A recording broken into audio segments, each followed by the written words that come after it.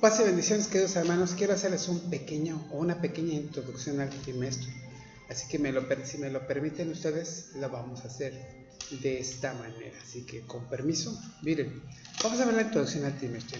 Steve Epstein es un personaje de una serie que salía en los años, hacia por los años 70. Su vida está en peligro, lo reconstruiremos. Poseemos la tecnología para convertirlo en un organismo cibernético poderoso, superdotado, el hombre nuclear. Así versaba la introducción en español latino de la serie de TV The $6 Million Man, conocida como El hombre nuclear, que fue transmitida por primera vez en enero de 1974. La serie cuenta con una visión, es una serie de una visión ficción que se tenía en la época y soñaba en el día que el cuerpo humano de carne y hueso, débil, vulnerable y corruptible, pudiera ser reemplazado con piezas mecánicas hechas de materiales imperecederos, fuertes, poderosos y superdotados, de facultades muy por encima de las de un ser humano. No fue la primera vez no fue la primera ocasión en que se pensó o se soñó con algo así, ¿sí? No, de ninguna manera. Perdón. El ser humano siempre ha querido hacer eso. El ser humano ha soñado con el día en que se logre vencer su debilidad, en el día que se logre, y ha buscado siempre alternativas de diferentes maneras para superar la muerte, acabar con la enfermedad, detener el envejecimiento, aumentar las capacidades, etcétera, etcétera. Los siglos XVII al XX se distinguieron por la búsqueda de la humanización. Lo anterior se refiere a un enfoque que hizo énfasis en la dignidad, el valor, el potencial del ser humano. Se basa en la creencia positiva de que los seres humanos tienen la capacidad para pensar, razonar y tomar decisiones informadas, apoyadas en las ciencias y la filosofía, lo que les permite alcanzar un mayor entendimiento de sí mismos, del mundo que los rodea y de sus propias aspiraciones. Con lo anterior, se creyó que el ser humano podría llegar a desarrollarse como la mejor versión de sí mismo. Así surgieron lo que hoy conocemos como ciencias humanas o humanidades, a saber, entre otras, la biología, la historia, la sociología, la antropología, la economía, la política, la psicología, entre otras disciplinas del conocimiento que también están ahí, y sobre todo también algo que se llama la filosofía. Con el desarrollo de estas ciencias no solo se buscaba el conocimiento, además se pretendía desarrollar la técnica para promover el desarrollo y el bienestar humano a través de la razón, la empatía y la búsqueda constante de un mayor entendimiento y progreso, lo que le llamamos progresismo. A este enfoque filosófico, cultural y ético se le conoce como humanismo. En resumen, el humanismo aspiraba a que la humanidad pudiera expresar lo mejor de sí misma y realizarse como la mejor humanidad posible. Con el correr del siglo XX, el enfoque cambió. Del humanismo pasamos al posthumanismo y luego al transhumanismo. El posthumanismo explora cómo las tecnologías emergentes como la biotecnología, la inteligencia artificial, la ingeniería genética y la cibernética podrán ser utilizadas para mejorar las capacidades humanas y trascender las limitaciones biológicas. Solo habrá que recordar, por ejemplo, películas como Robocop, Terminator o Trascendente, Identidad Virtual. En ella se muestra como en el caso del hombre nuclear de 1974, la propuesta de que una humanidad de que se trasciende ya no es la mejor versión que pueda conseguir en sí misma, sino solo transformación mediante manipulación genética y cibernética.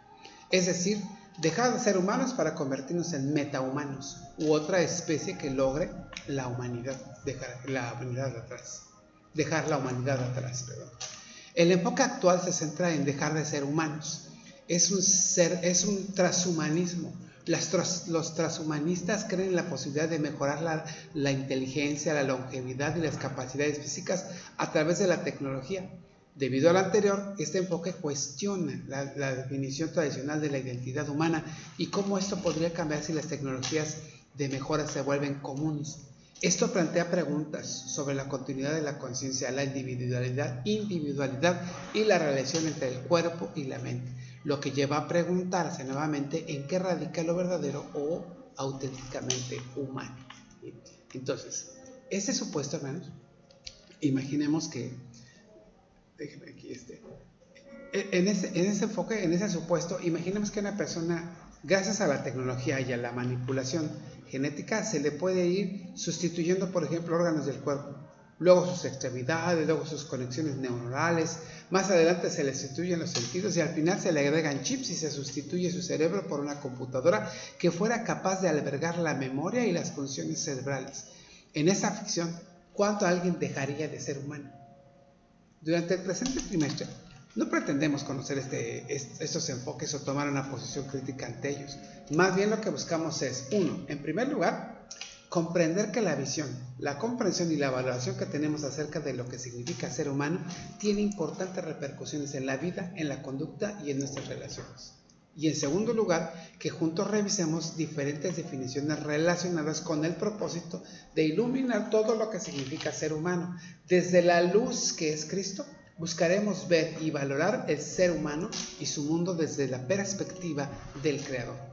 Esto nos ayudará a afirmarnos en la visión de Dios, al tiempo que obtenemos elementos de valoración que nos ayuden a dar respuestas a las visiones y actitudes contemporáneas respecto al tema de la humanidad. La experiencia humana da cuenta de nuestra fragilidad. Hay que recordar que humanidad proviene del latín humus, que significa polvo. Debido a ello, hablamos de nuestra fragilidad, debilidad, vulnerabilidad y limitaciones en una historia de tragedia debido a la ignorancia, la muerte, la enfermedad y la maldad, o sea, el pecado. Tal historia de tragedia hace constante que con una experiencia de grandeza. Miren, el ser humano tiene una existencia que lo coloca en la cúspide de todos los seres que habitan en el mundo. Es obvio que los seres humanos tenemos muchas características comunes con los animales y nada con las plantas, ¿eh? No obstante, la naturaleza humana es la única. Existe una brecha pronunciada entre la humanidad y el reino animal. ¿Qué es lo que nos hace? ¿Qué es lo que nos hace únicos? Los seres humanos a lo largo de nuestra historia hemos tenido la irresistible idea de que lo humano tiene algo de trascendencia, que hay algo más de esta vida, que la existencia humana no puede reducirse a unos cuantos años de experiencia. De experiencias dulces y amargas, de alegrías y tristezas. En la profundidad del alma está inscrita una noción difusa de que la vida es mucho más que un ciclo monótono que consiste en nacer, crecer y reproducirse y morir. Sin embargo, a pesar de tener esa noción, no contamos con alguna información que nos dé claridad al respecto. ¿Por qué el ser humano es tan diferente al resto de las criaturas? ¿Por qué poseemos habilidades físicas, mentales y anímicas que nos permiten crear objetos, ideas o arte? ¿Por qué buscamos, a través de la ciencia, filosofía, poesía y mitos? ¿Por qué nos desarrollamos? ¿Por qué buscamos a través de una religión un contacto con lo trascendente? Hemos desarrollado ciencias, nos formamos como familias y nos ligamos a través del amor. ¿Por qué?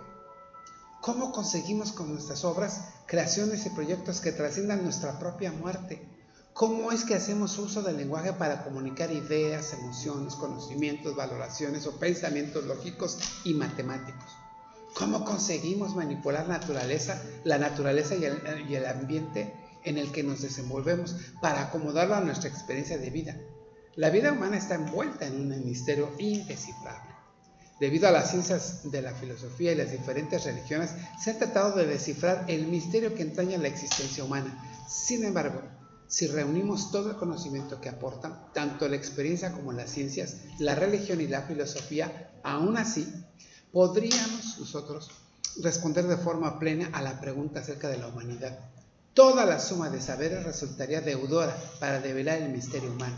En todo caso, son instrumentos que nos guían a la frontera de ese mismo misterio.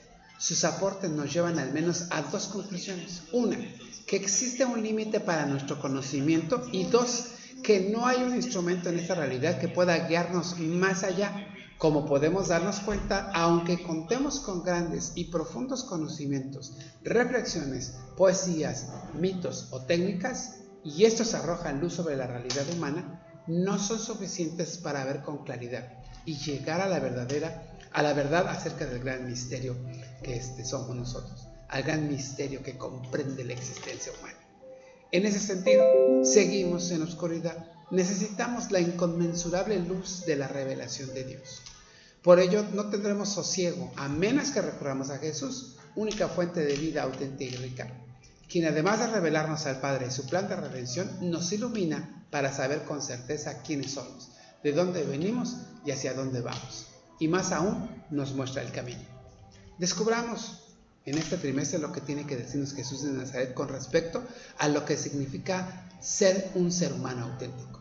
¿Cómo ve Jesús al ser humano? ¿Qué valor le da? ¿Cómo ve el mundo? Adentrémonos en esta fascinante visión de ser humano en el mundo, con el propósito de atender a preguntas de nuestro tiempo relacionadas con este tema.